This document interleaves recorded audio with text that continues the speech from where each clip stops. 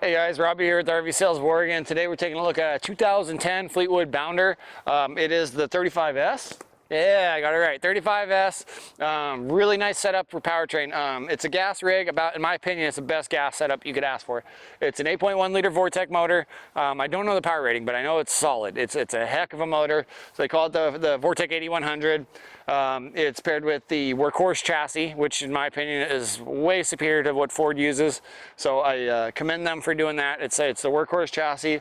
And the cool thing about these 8100s, besides what they do for themselves, is they're the only gas motor paired with an Allison transmission. So you got a 6-speed Allison 2500 transmission, the same transmission that they're putting into, big pushers like this one right next to us, these big diesel monsters. So solid transmission, solid powertrain. Like I said, as far as the gas rigs go, is about as good as you get for powertrain. So anyway, we'll move on. Let's go to the outside and we'll move our way up to the inside.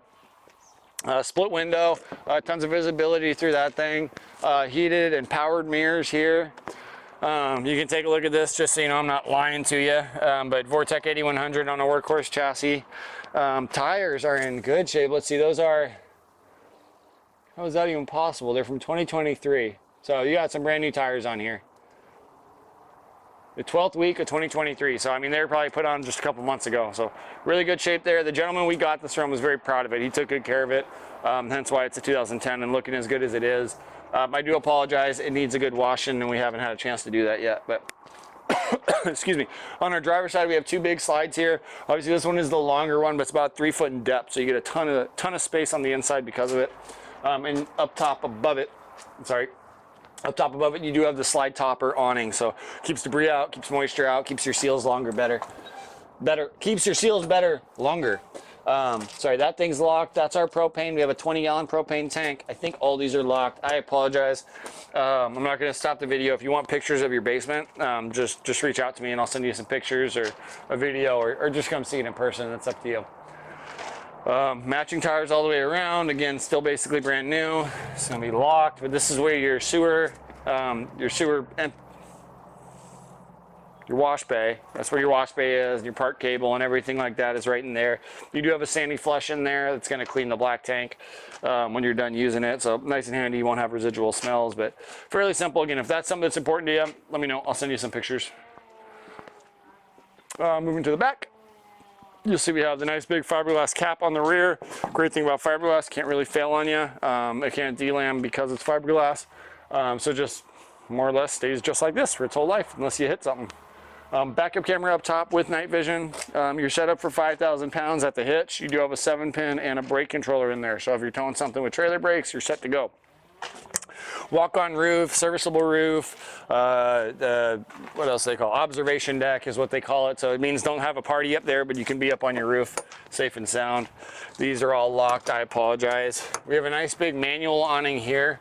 I'm one of the few, I prefer manual awnings just because they're less likely to fail, but to each their own. But a nice big one, probably about 16 feet in length and goes out about 10. So you get about 160 square feet of patio space out here, which is solid.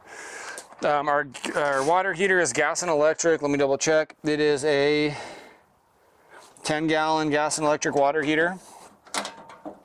We'll run on propane when you're boondocking, run on power when you're hooked up.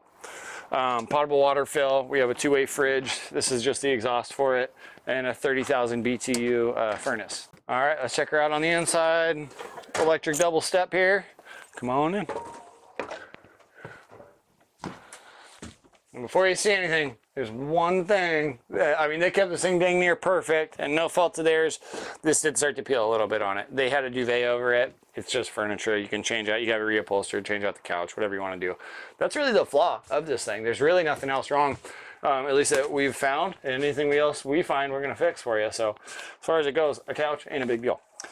Again, here's just your kind of standard cockpit. You do have auto leveling there, which is nice. You get to press a button and just walk away from it and it'll level itself out with hydraulic jacks. It is a Power Gear setup. That's the company that makes it. You do have a grade brake on here, which is the gas motor equivalent, in my mind, a gas motor equivalent of like a Jake brake. So just, you're not going to have to ride the brakes going down hills. You have that grade brake. You do have an overdrive on here. Oh no, pardon me. No, it's Allison. No, you do not. And then you have your tank readouts there. Over by the passenger seat. Both of these seats do swivel around, so you're not losing space in the house to the cockpit once you're parked. Right up here, right by the door, as it should be, you have your disconnects here. Run your slide out, turn your water heater on here. You have your thermostat here. Thermostat. What am I trying to say? Yeah, AC and furnace. That's where you control it from. Patio lights, ceiling lights and stuff right by the door, so you're not walking in the dark to turn the lights on, which is nice. It's simple stuff like that, but that's the stuff that you end up loving about a rig. Nice counter space, so you have plenty of working space. There are some cutouts that go in there, so you have a little bit more, and then you can use the top of the stove when you're not using it as a stove, as counter space. You do have a nice little knife rack back here, some extra storage. This is just a standard microwave. It's a microwave convection oven, pardon me. And then you have a standard conventional oven as well. 3-burner stove by Atwood, the nice stainless steel finish to it. You do have the wand too, which is nice for cleaning stuff. A bit of water in there, excuse me. Good storage drawer. You got the 3 drawers and the nice big cabinet there. This guy is a trifold bed, so it'll fold out into about a queen size bed when you're using it that way. You got some good storage up above it. Your dinette will also make into a bed. This ends up being somewhere between a full and a twin in size, but folds down. To give you an idea, my wingspan is about 6'2", so probably just under 6 foot in sleeping length. Flat screen TV that could probably use an update, but if you're not using a lot of TV, that's, I don't watch TV when I'm camping, but to each their own. If you want to update it, piece of cake. You have an entertainment system here. This is your DVD player, surround sound. You can hook up music to it. It'll play throughout all the speakers, and it's hooked up to the TV as well. A little bit of storage up here, probably remotes, things like that. It does drop down and have a little bit of a lip, so things aren't going to fly around on you, so remotes might be perfect there. A little bit more storage above your dinette there. Again, 2-way fridge. I think I mentioned that on the outside. This is a 6 cubic foot, 2-way fridge by Dometic. Some nice storage here off of your bunkhouse and 3 big drawers. I think it can double as storage for kitchen space or for storage in whoever might be staying in your bunkhouse.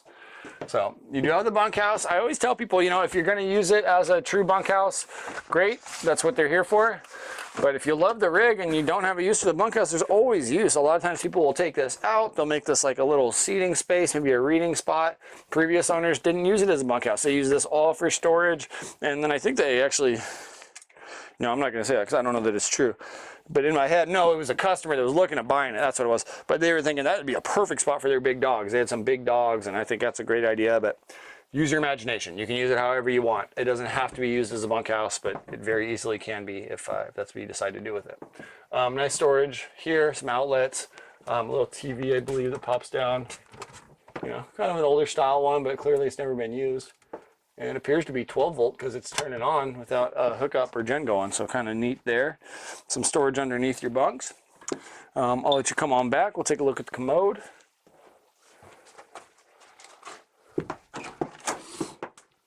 So an all-in-one commode. Everybody has their preferences. I think this is nice. It feels a little bit more private. But you have the porcelain potty with the step-side flush. Nice and simple. Not going to break on you. I prefer simple. The extra counter space on your vanity. Nice little medicine cabinet. Good space in the bathroom. I'm about 6'2". Well, this doesn't stay here. This is for clothes and stuff, but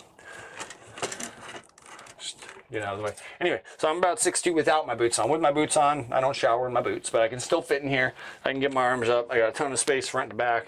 A little bit less side to side, but still a good amount of space there. Take a look at our bedroom.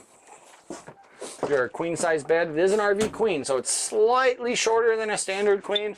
You do have room to put a regular queen in here, but for most people this works fine.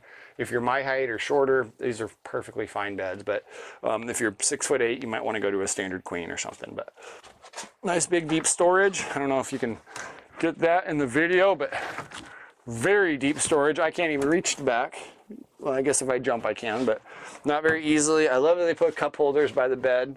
Us RV people, we like to party when we're using them, so nice to have a cup holder there. There is a lot of space on this side of the bed. If you're running something like a CPAP machine or anything like that, tons of space to put it down there. Good closet here opposing the bed, so again, just kind of making do with the space they have. Good sized closet, his and hers. Some good storage down below here. shoes, socks, whatever, pants, you know how you're going to use it. I'm not going to try and tell you what to do. And then 3 big drawers here. And you know, this guy's on a swivel and it'll just swing out on you, but I kind of dig the fact that you have a little counter opposing the bed. There's always stuff that you need to have up, you know, so kind of nice there. Use it however you want. It's, you know, a nice height. Could be a little, just a place to put little things to make it your own, or it could be a little party station for you, whatever you want it to be.